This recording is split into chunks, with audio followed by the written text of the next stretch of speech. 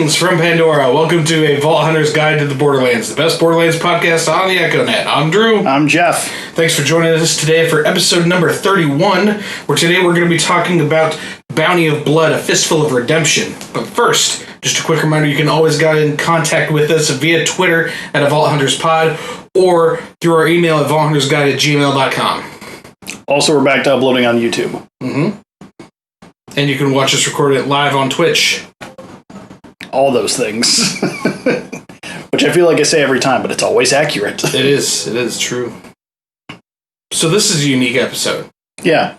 For anyone that's not aware, we're actually sharing the same physical space. That was a weird way to put it. So it's a bit of a different setup for us, so just be aware, I guess. Sir, are you aware? Are you aware? Please do not decorate it. That's a Mitch Hedberg joke. If you don't know who Mitch Hedberg is, stop listening to the podcast right now. Go look up his stuff. For real. I just want to make sure I got the right episode. Yeah, it's episode 31. All right, good. Cool. We're really thrown off. It is 4th of July weekend. It's real late at night. Mm-hmm. So this is an interesting setup for us. Yeah, it's not often that we get to record together in person. Right. Normally we're out of person. Is that? I was just thinking. I was just trying to come up with a pun, and the only thing I could come up with was like a dolphin, but we're doing it on porpoise. Oh my God, this was a mistake. That was a bad idea. Anyways, last 2 weeks in the Borderlands has been awesome. Yes. I've been playing a lot of Bounty of Blood. Yeah, tons of changes and stuff like that. It's actually been pretty sick. Yeah, the huge patch came through. The second part of the patch came through, which scaled a lot of action skills and stuff. That's been awesome. Mm-hmm. Yeah, so it's working out pretty well. I am a fan. Man, so many good builds that have been coming out of this, too. Like, just watching all the different builds that we've been having and seeing everything like that. Like, Gross. I didn't even want to go. Anyways. Like, seeing Digiclone Zane come out, and we act... Like, that's the thing, like it seems like all the pets are now, like, top tier, and it's sick. Yeah, except for Flax pets. Yeah, but he doesn't need them. Right, exactly. So it's irrelevant. Like Rack Attack could be better. It still doesn't trigger Head Explosion. Right. Which needs to get fixed. Yeah, because that's weird. I mean, but there's so many other things that are amazing about where Borderlands is right now, and like Flack, frankly, doesn't need it. You know. Mm-hmm. Mm-hmm. Yeah, like so. Digiclone Zane is out. Iron Bear Mose is now like actually a thing, and it's really, really good. It's so good that it's like a huge divisive issue right now. Yeah. Get at us. Let us know what you think about this after you listen to this episode. This episode is going to be going up. Today is the 5th, so it's going to be going up on the 9th? That sounds right. Yeah. Math. It's too late to do math. So, but yeah, let us know what you think about Iron Bear Mose, and let us know if you think that's cool or not, or whatever the situation is, because I'm very curious to hear what people say, because I see both sides of it, and I know what camp I'm in, but okay. If you see both sides of it, then I'm going to take a position. You take the opposite position. Sure. And we'll just do a quick thing on that. Okay. Mose has been woefully underpowered for way too long, and it's nice to finally have like a really, really good, to have Mose in a really, really OP place. Yeah, but just because something was in a really bad place before doesn't mean you need to overcompensate for it. Like you don't need to go way above and beyond for it. Could it be that it was a mistake? What, Mose was a mistake? Not just Mose, but I mean, like, could it be that having Iron Bear where it's at was a mistake? Somebody missed a decimal or something like that? Yes, exactly. Like the decimal dude fucked up again. Garrison? Yeah. I mean, there's always that possibility. I think it's just they're still figuring the game out because there's always new weapon metas coming out and everything like that. Sure. So I don't think it's a mistake. I think it's just a situation where they did if that's the case, they might have overcompensated a little bit and everything. So I think that maybe that's the issue that Gearbox has, like, from the get-go, is like constantly like tweaking stuff, buffing and nerfing and all that shit, but like constantly releasing new shit too. Yeah. Like control your variables, only adjust one thing at a time. You know what I mean? Yeah, instead of being like, hey, guess what? We're going to add in some new weapons, we're going to give everybody more skill points, and we're going to make all these adjustments all at the same time. Right. I think that's fair, and I think that that's something they should look into in the future. Like, if there's going to be a DLC, there's usually a level cap increase that goes along with that, it seems like. I would rather they not increase the level cap to 63. That's fair. So where do you want to top out at then for, like, when it's all said and done, when there's no more content coming out for Borderlands 3 that's not like seasonal events or anything like that, where do you want it to top out at as far as how many skill points or, your level? I'm okay with 60. Are you? Like, if we stopped here, you'd be good? Yeah, I think if we stopped here, we'd be good. What if they add in that fabled fourth tree? Then I would think then I would want like 10 more skill points. So like 70? Yeah. That's fair. And that would get us to about the point that we were in Borderlands 2 for a long, long time. And that seemed to work out really well for most people. Yeah, that was 72, right? 72, yep. And then they buffed it to 80 with the Commander Lilith DLC. Way too much of a grind. Way too much of a grind to get to go from 72 to 80. No, I mean, well, just to level all the way to 80. Yeah. In a game where in games like WoW and stuff like that, it's different because you're constantly doing stuff with those characters and there's constantly things to do. And not that you can't do that in Borderlands, but it's made to be... Borderlands, I feel like, is much more a situation where it's almost meant to be, hey, take one character to max level, do all the content, and then that's it, and start a new one. Mm. Like, that's almost the feel for it. So when that max level is 80, that's, man... Grinding that out's a long time. It is a long time because, like, frankly, like, I can much more quickly go from, I'll bet you that I can go from 13 to 57 in Borderlands 3 quicker than you can go from 30 to 80 in Borderlands 2. Oh, easy. Yeah. Yeah, if I'm not using, like, any exploits or anything like that, I'm sure you could. Yeah. But that's not why we're here today. I'll bet you I can take one from 0 to 57 in less playtime than it takes you from 30 to 80. And you're not gonna scum it up where you're gonna be like, oh, I'm going from 0 to 13 and then 13 to 57. No, I wouldn't do something like that. We'll have to try that sometime. We'll do an experiment. Yeah, that'll be interesting. So let us know on Twitter who you think is going to win that and tell us why you think it's going to be Drew. All right, cool. So, but we are here today to talk about Bounty of Blood. Don't mind me looking at my phone. We've got my notes on here. Yep. So, first of all, Bounty of Blood, Fistful of Redemption. Mm-hmm. Let's not, like, jerk everybody around. Like, let's just get it right out of the gate. Out of 7, you give it what? I'm going to give it a 5. I'm good with that. Yeah, I'm going to give it a 5. I think the biggest thing for me is that it did add a lot of really fun weapons, which we'll get into here in a little bit. So there's a lot of really fun weapons in it. It really does have very much like a Western feel for several different reasons. And I like the aesthetic of it as well, having that East meets West kind of vibe.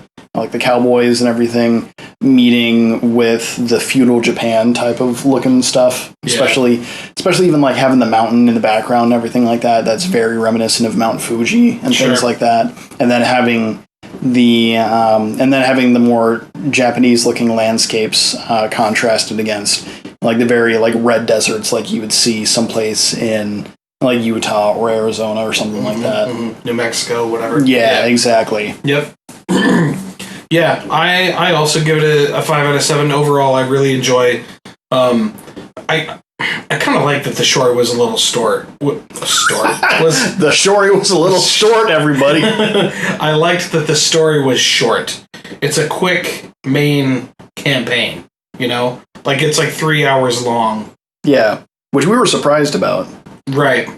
I mean, it's like 3 hours long, like, playing it casually. Like, I did it last week in like 2 hours. Yeah. 2.5, 2:50. Yeah, just like sprinting through everything and not worrying about all the dialogue and everything. Right, yeah. right. Which, to me, is really great because sometimes they make DLCs and stuff extra long for no reason other than they think that what we want is a long story. Right. Yeah. And that's not true. Right, and that's the thing is, even because I'm much more one of those people about the length of the game doesn't really matter to me all that much as long as the quality is there. Right. Obviously, that's to a certain extent. Like I don't go and play like Mario 1 and die on the first Goomba and be like, wow, what a satisfying adventure that was, you know? But, yeah, I agree, though. Yeah, and as long as that's the thing, is we have seen some artificial padding in some of their DLCs previously. Yeah, for sure. Just like random fetch quests and shit, and like the only way to do it is to go and talk to this person, and they're like, well, you gotta do something for me first, you know, and like, I fucking hate that stuff. Yeah. But what's really great, I think, is that they make up for the shortness of the DLC with big changes in gameplay. Yeah, they do. With the moths, or whatever they are, the bugs that, like, can convert an enemy into an ally for a few seconds, and the jump pads, and the core exploder, you know, system. It's just, with all that new shit in there, it makes it a lot, like, I don't care so much that it's not, you know, a 5 hour long main story, 5-6 hour long main story campaign. Right. You know? No, I agree. And I think, as far as the story goes, I think it's solid. Like spoilers right away though, just on different things. So we're going to go into the spoilers in 5, 4, 3, 2, 1. Mine's dead. Secondly, they have this weird kind of gotcha at the end where the entire time you keep on hearing about, oh, the company this and the company that and the company, you know, got up and left and the company left us with this and they did this and that and everything. And then they just reveal at the end, like they don't mention who it is, and then at the end they just reveal that it's Jacobs. It could have been anybody. Could have been. It really could have been anybody, and that didn't matter. So it was and here's the thing. I kept on thinking, I was like, it can't be Jacobs. It can't be Jacobs. It just seems too obvious. It was too obvious. It's like, yeah, Jacobs has like, you know, they're the ones that have the revolvers and like the sawed-off shotguns and everything like that. And I was like, this is too easy to put it into like a cowboy style DLC. And I was like, nope, that's exactly what they did. Which is weird because then there wasn't as many Jacobs weapons that were legendaries that were introduced in this one. Like, there was actually way less than what were introduced in the last DLC, which I understand that the last DLC was about Wainwright and Hammerlock and everything like that. But it wasn't about his company. It was just about them. It was just about those two as people. No, but I think that if you include uniques, then there's a lot of Jacobs shit.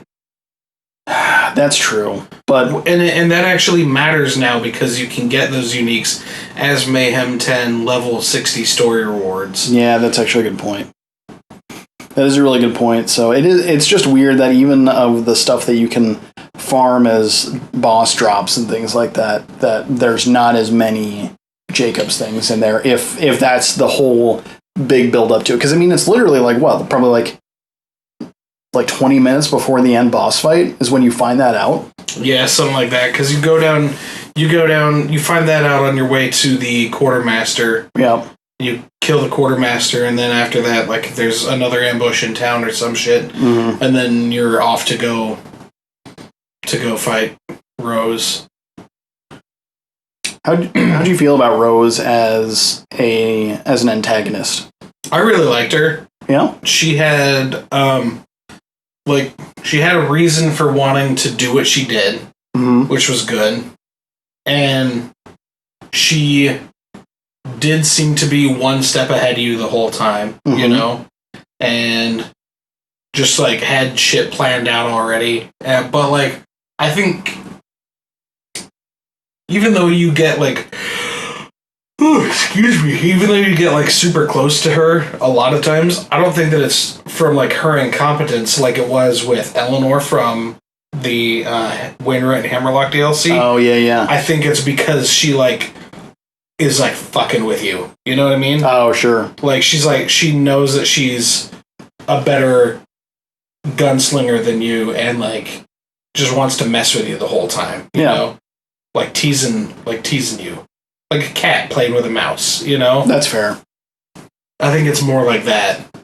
I like that idea, and that actually lends a lot more credence to it. I think the one thing that bothers me, and I'm talking very broad stroke here, is that it's kind of weird because they keep on seeming to reuse the same story a little bit. And again, we're talking very, very broad stroke, but it's always some villain that's one step ahead of you some way or another that wants to release a giant ancient alien being of some kind to destroy everything. That's true. Like Borderlands 1, Borderlands 2, pre-sequel, even as far as like some of the DLCs and everything like that go. Like this DLC, the previous DLC, the Wainwright and Hammerlock, Guns, Love, and Tentacles DLC. Trying to think if there's any others in. Even in the Commander Lilith DLC. With like the plants and everything like that. So to make Paradise. So it's just that again, we're talking very, very broad strokes. So I know there's very subtle differences, and all those characters are great in their own way. But broad stroke, they're kind of rehashing, and they have been for a little while. Yeah, but I mean, like if you played a Borderlands game where you fight a villain and then you don't fight a vault monster at the end. You're kind of like, is that even a Borderlands game? Yeah, but I mean, you could still change it enough to make it different. Like, what if it was like an intelligent, vault monster that was trying to come through and needed the power of a siren to do it. So it's like bring it through to its own dimension. And you're trying to save this siren or something. Oh, interesting. Yeah. I'm saying that there's ways to do it, and I wish they would explore that a little bit more. Yeah. Well, while still being able to have you fight it. So, because, like, imagine that. So, like, we know that there's the possibility of going, like, when we go through vaults, the vault gates in Borderlands 3, it takes it to the chest rooms and stuff like that. But I feel like that's only after you kill a vault monster. Does it look like that? It probably looks very different when the vault monster is like alive in there or whatever, maybe. Okay. So I think it'd be fun to explore a thing where instead of a vault monster coming through and then you kill it, you going through a vault and going into like this weird, and you guys know me, so this is going to be shocking, like almost like Eldritch Horror type plane, where you're fighting it on its own terms or something like that. That'd be interesting. Yeah. That's all I'm saying. Obviously, that's not perfect, and you can poke lots of holes in that too. But I wish there was something just a little bit different. Sure. So, and it's the same thing with this one. It's like she's gonna get this egg, and that's gonna hatch a giant alien beast thing that she's gonna control to take revenge on everybody. I wish that we had been streaming when we first played through it, because he was the one dude's like. It's like, it ain't a stone. And you're like, it's an egg. And he's like, it's an egg. That was great. Had that on lock. Yeah. But yeah, super good. Overall, really enjoyed the environment. The bathhouse was actually like my favorite. Yeah, the bathhouse was really cool. Yeah. They made it feel big, but none of it really seems repetitive. Yeah. Which is nice. Yeah. So, and even exploring more parts of it in the side quests and shit was really, really interesting because you walk into the place and it's just massive and super cool, and like I want to go there in real life. Like I want to go into like the world's biggest Japanese bathhouse. You know, it would be ridiculous. Sadly, you would not be allowed in a Japanese bathhouse. No? You have a tattoo. Oh, okay. If somebody, I'm like 99% sure that's accurate. If somebody can correct me on that, please do. Somebody get a hold of Gaijin Goomba, who is a fantastic creator, and if you don't know who he is, go check out his stuff. He does a great thing about how Ninja is Zero from Borderlands 2. Go check out that video, and then go check out the rest of his stuff. Wait, how Ninja is? Yeah, is Zero. Okay. I thought you were meaning like how Ninja, like the streamer, No. is. No. I was like, Gross. Anyways. Yeah, but overall, like, really solid, really great atmosphere, really great environment, really great loot and rewards and everything. Yeah, absolutely. So I'm pretty sure that we gave Guns, Love, and Tentacles and Moxie's Heist to the Handsome Jackpot. I'm pretty sure we gave them both 4s, which means we like this one more. Yeah, it seems weird because the other Guns, Love, and Tentacles really is my aesthetic and everything like That's that. your wheelhouse, for sure. It really is, but this one seemed so much more put together, I guess. Yeah. Even as far as the side quests and everything that you do, everything feels authentic to the vibes that they were trying to give off to it. Yeah, definitely. Matt Cox and his team fucking killed it. Yeah, so they really did. So. I really can't wait to see what they do with the Krieg-based DLC. Man, I'm so excited for that. Are you more hyped for that than you were for Guns, Love, and Tentacles? I think I am, yeah, just because I want to see how that all plays out as well. Yeah. So. Yeah. Anyways, so that's the main story. Side quests. What were some of your favorite side quests? I really liked the Cowboy Wisdom side quest. Yeah. That one was so That's the first one I thought of too. Yeah, that one's really good. With God, what is that guy's name? McClellan? It's Mick something. Yeah. McSweeney? No, I want to say it's like McCuggins or something like that. I don't know. But it was great. It's a really good DLC, you know. And there's lots of fun stuff to do. I was legitimately a little bit worried about the like little mini boss at the end of that area because Zane is not the greatest against flying enemies, so I was a little concerned about that, but that was a lot of fun. I liked at the end of it too. He's like, "You did it. You're the new whatever," you know. Yeah. That one was really good. I also there's one that I have like a mostly love, semi-hate relationship with, which is the one where the guy scams you into buying the shotgun. Yes. Yeah. God, that one's like so like you go through the whole process and you have the shotgun. The only thing that I feel like would have made it better is if at the end of it you would have actually gotten a better version of the crappy shotgun that you had. Mm-hmm. Yeah. So, because I feel like it's just weird now to have a white rarity shotgun that's also unique and it's got red text and everything that's not going to do anything. Yeah. It's just really strange. I mean, even the Echo 2 is like, that's like a neat story callback and everything like that. This is just kind of like, here you go. Right. It's a reminder. I guess it's a reminder of that mission, which again, it was really fun to do overall. And especially like to follow the guy and to see the other people that he scammed and to finally get back at him and everything like that. So, and at the end of it, when you like lob that artillery shell at him, I was getting major flashbacks to that one quest in Borderlands 2 for Overlook, where they're trying to get their own shield and everything like that. And she's like, "Yeah, please, set it to these coordinates," and then fire it. It like takes out the one dude's house. Yep, exactly.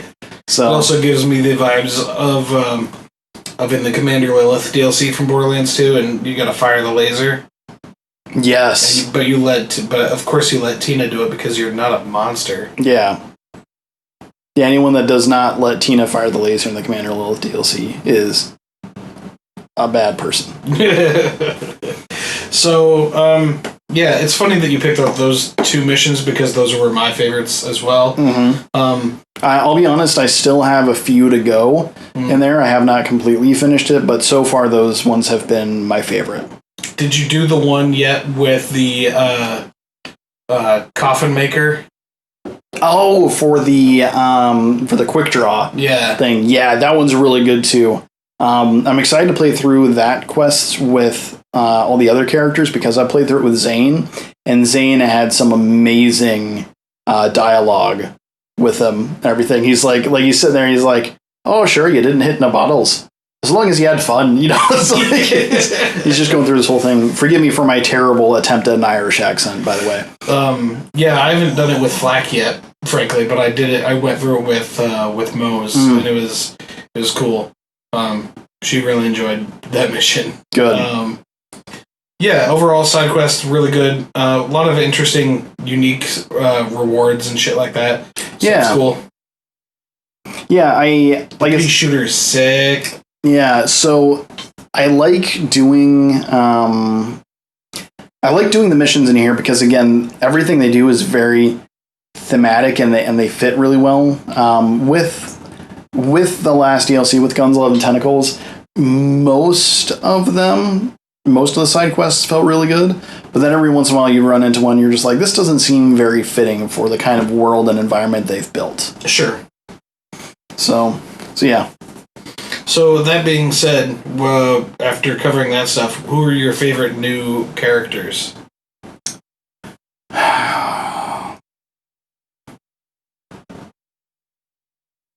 It's a tough one. I mean, I really do. I don't know. There's a lot of good characters. I really do like the guy that you helped out. Oh yeah, Slim. Slim, yeah. Yeah, I really like Slim Thunder. Slim Thunder. Yeah, he's really good, especially in that side quest. I like him a lot. In the DLC, Rose as a character is very good, though. Like I said, I think. And you were saying that there's been like some speculation that they might even make Rose like the antagonist in a potential like Borderlands 4, right? Yeah, I mean that's kind of what people have been talking about, what I've been seeing chatter about. Obviously none of it official or anything. Some people have just said, how cool would this be? Like B Flattened has said some stuff. Check out his channel on YouTube and Twitch. Mm-hmm. Just stuff that's like, look, they never found her body. That leaves a lot of things open for the future.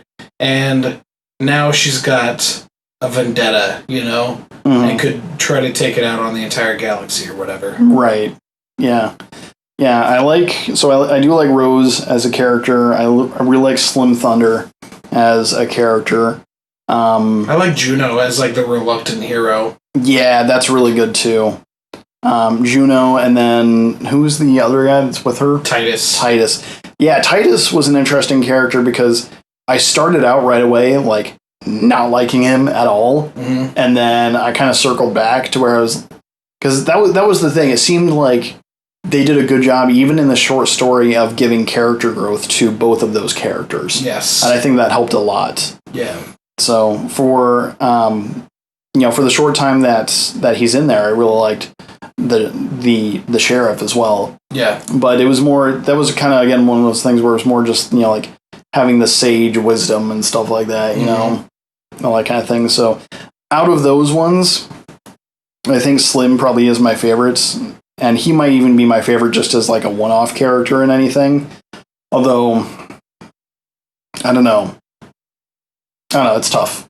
Yeah, I wish that I could remember the characters' names because I'm trying to figure it out right now. But like the guy that swindles you, McStilty or some shit. Yeah, I want to say it's McStilkins or something like that. Something like that. He, I really liked just how much of a dick he is, frankly. Yeah, like, and I don't understand in that quest how we keep on letting him get away with it. I understand that they need to do something to keep the quest going, but if some guy was ever like, oh, hey, oh yeah, you're right, I totally scammed you, I'm sorry about that, I had no idea, let me go get your money back for you. It's like, it's just right over here, Yeah. I'll go get it, Yep. And then, like, I can't believe that, any one of them ever fell for that. Yeah. Oh, McSmugger is the other guy. Yes. That's I really liked McSmugger. He was great. Just like his, like you said, his sage cowboy wisdom and shit. For anyone that's wondering, that's in the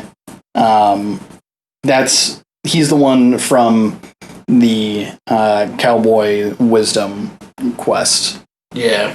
Where you gotta climb the mountain and everything. Solid character. I gotta say, there's the elderly woman that's in the DLC. The elderly woman. Yeah, she helps you out, and she used to work for the company and everything like that. Oh yeah, Oletta. Yeah, Oletta. Not super into her as a character. She seemed very... I don't know, she seemed kind of like one-dimensional, I guess. Yeah, a little thin on personality. Yeah. I mean, like, you do find out a little bit more about her just by finding some echo logs and stuff. Like, apparently she's got a thing for Titus. Mm-hmm. Also, she is there at the facility, like, kind of getting some of her stuff back from the company. Yeah. Because she used to work for them. Mm-hmm. Yeah. So, I do think it's interesting, too, and I know we're kind of going off topic now, but one of the things I think is interesting is, and I'm not sure what did this, but it was very interesting. So, I guess I've never felt that movement was really an issue in the game so far. But they have it set up now to where there's different ways to move around the map a little bit more quickly. Mm-hmm. They have the telezapper system, which is almost like a smaller version of... It's almost like a smaller version of, the fast travel network. Yeah. Except you just walk right up to it, and it's a 1-to-1. So you walk up to one, it puts you in a place, and then if you go back through that one, it puts you in the place you started at. Mm-hmm. So it's not like you can go to any one of them. And so they have that, and then they also have the jump pads that are in there as well. Yep. Which have a name. I don't care what they are. I'm going to call them jump pads forever. Yeah, because they're jump pads. Yeah. The fact that they're growing out of mushrooms doesn't make a difference. Yeah. So I think it's interesting, and I'm very curious as to why they decided to implement new forms of movement in there, and it does kind of throw me off a little bit. Do you? I guess a question would be: do you think that the playable area would feel too big and drawn out if you didn't have those aspects to it? Like if you had to either mantle everything or walk to everything. I don't think so, because like the telezappers pretty much were only for like specific locations that you needed to get to. Mm-hmm. I think my main thing was with the jump pads was like, I am not the type of player to really like try to go out of my way to use those to my advantage. Like I can just shoot stuff faster and I'll be fine. Right, yeah. That's kind of my deal. But I still didn't like dislike them when I used them, mm-hmm. And I know that there are people out there who are just trying to be fucking John Wick all over the place and like be flying through the air and just like shooting shit, mm-hmm. As they're flying through the air and everything. But that's just not my deal. That's once you add in like another dimension of like shit like that, makes it way harder for me. Once you add in the Z-axis. Yeah, I'm not down for that, so... That's fair. Alright, cool. So, the narrator. I really liked the narrator. I think it's nice because there were some very small aspects where I was like, I'm not sure what to do here. And then the narrator would say something and it would help out a little bit. But it never felt... As weird as it sounds, it still gave it a different vibe than when somebody is talking to you through an echo recorder. Mm-hmm. It seemed less intrusive that way. Like, and I'm not sure if it was just the guy's like smooth voice or what it was, the narrator's smooth voice or what it was, but it still felt like I was the one driving everything as opposed to being like, oh my gosh, shut up. Yeah, I was getting there or something like that. Yeah, because that is a thing typically, like, typically for helping, it's the, follow the soothing sound of my voice from Claptrap, whatever. But like with this guy, it's like Vault Hunter decided to look behind that tree in the corner. It's like, oh, I did. Oh, hey, look. It's like you may be asking how I knew that they had a thought like that. Just don't worry about it. Yeah, super good. Really liked the narrator. Was really glad that the narrator was there for side quests too. Yeah, I was really excited about that. Yeah, I was, because we went and just did the main story and then just branched out and did side quests. Yo, this guy's sleepy over here. And I was afraid that the narrator was going to be gone. And I get why it works the way it does, but it would have been cool to have like just a little more interaction between the Vault Hunter and the narrator. Mm-hmm. Just like at the very end. Yeah. So yeah, I think so. However, they are telling it like it's a past, like it's a story of the past, just like Marcus has, Which always makes me think, like, at what point are we now? Because, like, that's the thing, is like these are always stories being told in past tense. By Marcus. So where exactly are we in all of this at this point? It's a good question. I feel like that's a whole other episode. I agree. And I'm just wondering how big the difference is eventually going to be, I guess. Like, is it going to be like the difference between, Star Wars Episode 1 and Episode 3, where it's like, oh man, it's only been like 30 years, but technology looks totally different. Yeah. Yeah. So we have the DLC rated at a 5, like each of us do. Mm-hmm. If the narrator wasn't in there, would that be enough to move it down to a 4? Yeah, I think so. Yeah. I would feel comfortable saying that, but yeah, I like the idea. Like, I like the narrator, and I like the fact that I don't expect it in any other DLCs, and that's fine, because, again, aesthetically, it just works so well in this one in particular. You don't think that it would work if, according to Randy, we actually went inside the mind of Pandora's most badass psycho or whatever? No. I think we can still do that, but I don't think Krieg's going to narrate it while it's happening.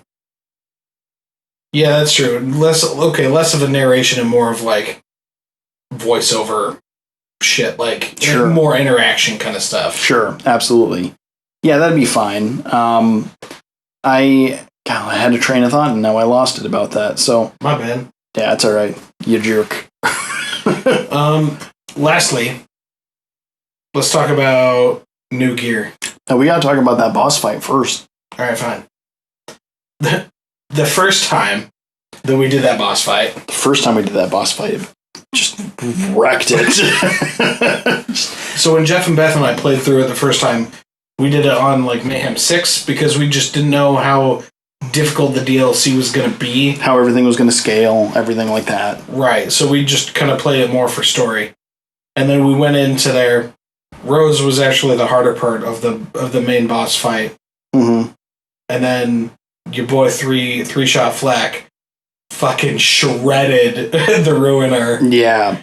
And it was pretty nuts. It was, like, for a long time, actually, even going back and farming it several times, I had no idea that there was, like, that whole underground phase. Yeah. For the Ruiner. Yeah. That being said, once you actually give it a chance, and once you actually do it on Mayhem 10, where it's a little bit more difficult, it's actually a kind of interesting fight. I say kind of because one of the big differences is that while it still does have a critical hit spot, it's just not its head. Yeah. So it's, on its back and everything like that. And it's vaguely similar to the heart from the previous DLC, where it's got crystals that you can do a ton of damage against with critical hits, but they also break. So you got to be, a little bit wary of that. So, yeah, it's overall, like, I like it. It's basically just a giant turtle. Like, if you mixed a giant tortoise with Godzilla, that's what this thing is. Yeah, the underground section is cool. It's also not necessary to do the underground section if you don't want to, so that is kind of a fun aspect of it. Yeah. The thing that always freaks me out is I can always do a ton of damage when I'm doing the underground part of it, but I'm always nervous that I'm never going to make it back outside before the lava, before the lava like swallows me up, because the lava's rising. No, the rock is sinking. That's the difference. That's true. So. The rock is sinking. Get to the telezapper. Get to above ground.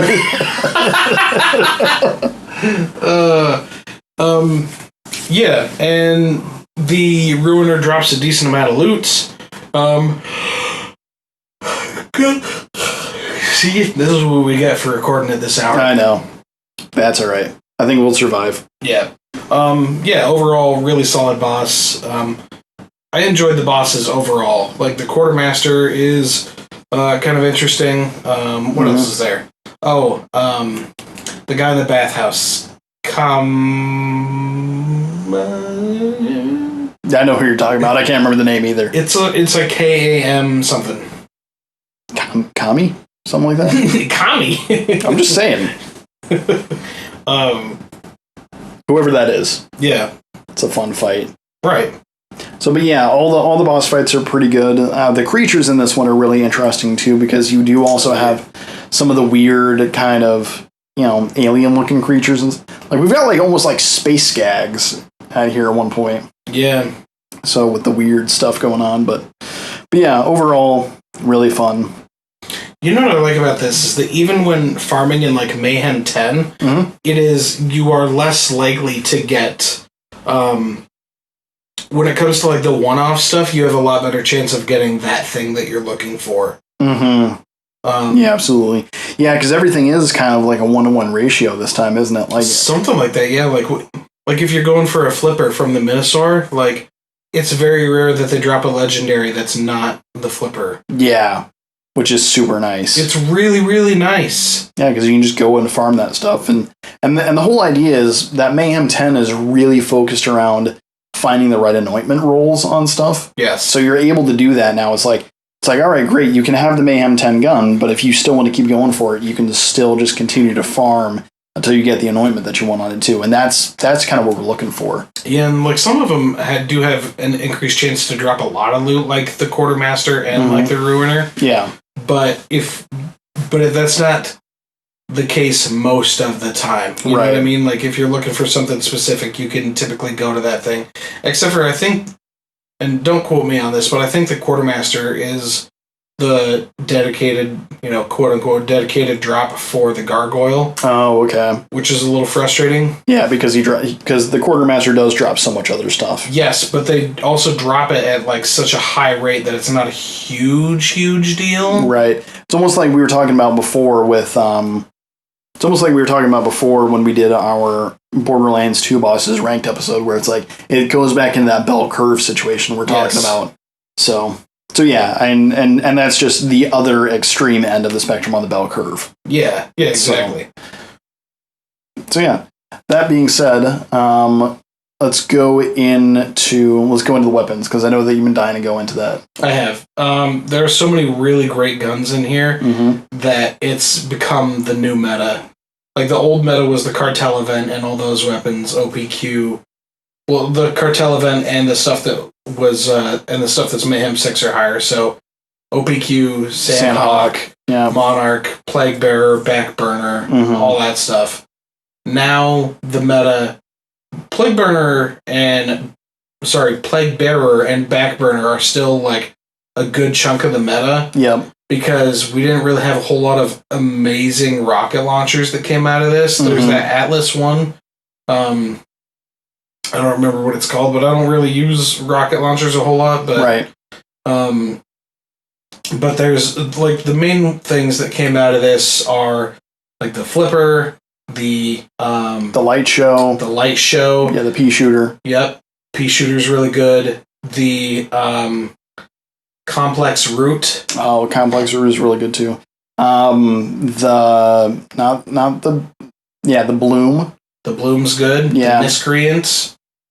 The Robin's Call, if you're doing critical hit flak. You can trigger head explosion real quick with that. Yeah, so just about any of them. And the nice thing is all of these don't necessarily have to have builds for them, but they work even better if they do. Like, because I remember even on our first playthrough going through, and I found a light show, and I just picked it up and saw what it did. I'm like, this is something that has to go on Zane, just because of the way it works. Because Zane's already amazing with the Monarch, and this is basically like a pistol version of the Monarch, right? And so that works out really well. Not to mention that you can also get it with a cryo anointment, so that just helps even further. Right. Same with Mose. Like Mose Mose is doing splash damage and a lot of bullets, so the light show is really great for her. The Miscreant is also pretty solid. The Gargoyle is really good.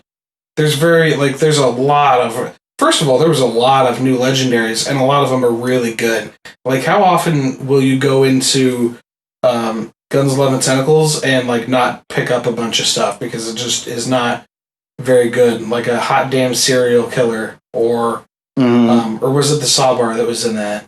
I think both. No, it was the serial killer. I'm pretty sure. Okay, it was in that. Yeah, the serial killer, and then yeah, there's just a few things. Like, if you're going into that, you're going into it like for Anarchy or Skullmasher or Unseen Threat. Yeah, and those are kind of like the big ones. Yeah. Most of the rest of it, maybe, depending on who you are, maybe a little Yeety. Yeah. But, again, that's kind of hit or miss depending on how it goes. But right, but pretty much anybody can use a complex route or a flipper or any of that stuff. Yeah, or a light show. Yeah.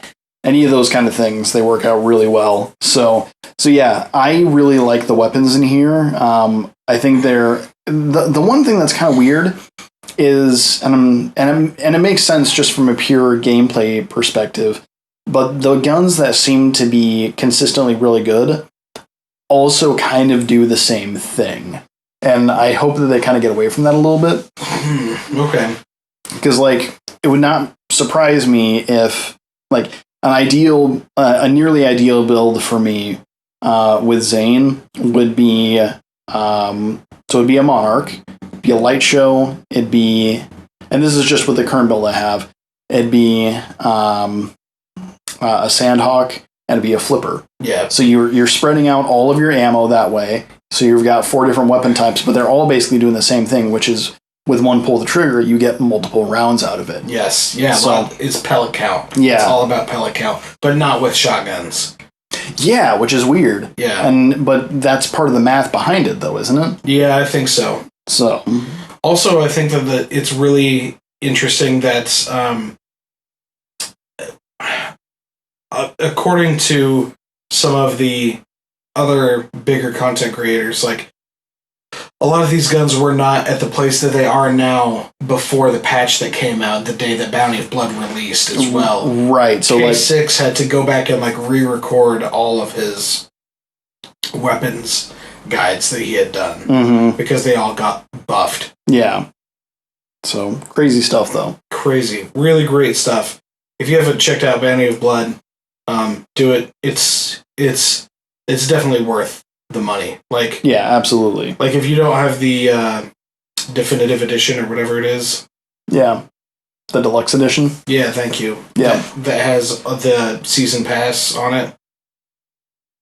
Yeah. You should. Yeah. First of all, you should, because it's more than we've already recommended the last 3 DLCs, and I would be highly surprised if we didn't recommend the next one. So if you're someone that is just now getting into it, and you haven't gotten any of the DLCs, just buy the season pass, because it'll be worth it. Yeah, or if you are still checking out Borderlands 3 and you haven't bought it yet, it's definitely going to be worth it down the road to get the Game of the Year edition. Yeah, absolutely. That too. So, and I'm really happy with where things are at right now overall in the game.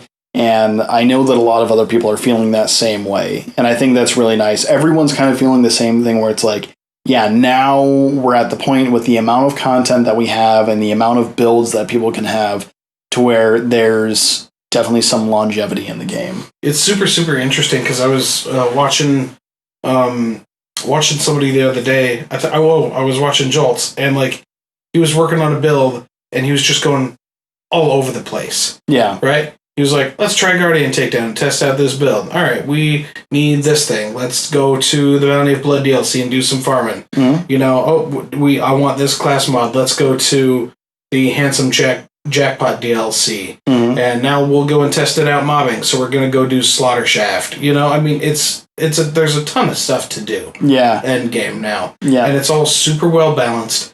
And I genuinely feel like the game is at the best point now that it's been in quite some time. Yeah. Like since, like November-ish? Yeah, I would say so. So. Yeah, I'm just looking forward to seeing where it goes because based on what we know of the previous games and how they've worked, you know, we got 4 DLCs out of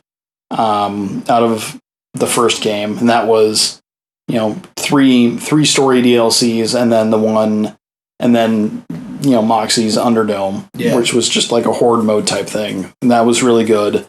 And then in Borderlands 2, we had the 4 DLCs from that, and then we had the Headhunter packs as well. 4 of them? They were all holiday ones. Yeah, so there was Wattle Gobbler, there was Mercenary Day, there was Halloween, and then the Valentine's Day one. Yeah, so 4 of them. Yeah, and then obviously several years later, then we got a 5th story DLC as well, and then on top of that, there was also Digistruct Peak with the OP levels and stuff like that. So. Yeah. I think the way that they're going, and it wouldn't surprise me if this happened, it wouldn't surprise me either way if they continued to do more small DLCs similar to Headhunter packs after the 4th DLC, but I could also really easily see it going the other way and doing more events as well, or bringing events back, but we don't really have a way of knowing that until we get to that point, because since the game isn't even a year old yet, we'll see. Yeah. Right. I think that's going to wrap it up for us. Typically, we would do a going, gun, but frankly, we don't have one prepared. So we're not going to do one. I'm going to do a creator shout out. Okay. Shout out to BZK25. Go check out his stream. Follow him on Twitter. His stream is BZK25. He streams mostly Borderlands stuff. He's really cool. He did the challenge the other day where you do a 1 life. Starting from level 13. Yeah, I did the 1 life to Wotan. Nice. So that was sick. Did you complete it? Yeah. Sick. Yeah. It was cool. I was in stream. I wasn't chatting, but I watched it. You were there. Yeah. Should have at least typed in "Hi YouTube" in there. I should have, but I didn't. I announced the pod's presence when we hopped in there. So, all right, sick. Yeah, so go follow him. Go check him out on stream. BZK25. Tell him the Vault Hunters from Vault Hunters Guide sent you. Do that. That's pretty much it. We'll talk to you later. Good luck. I gotta get it in frame here. There we go. Good luck and good drops. Bye.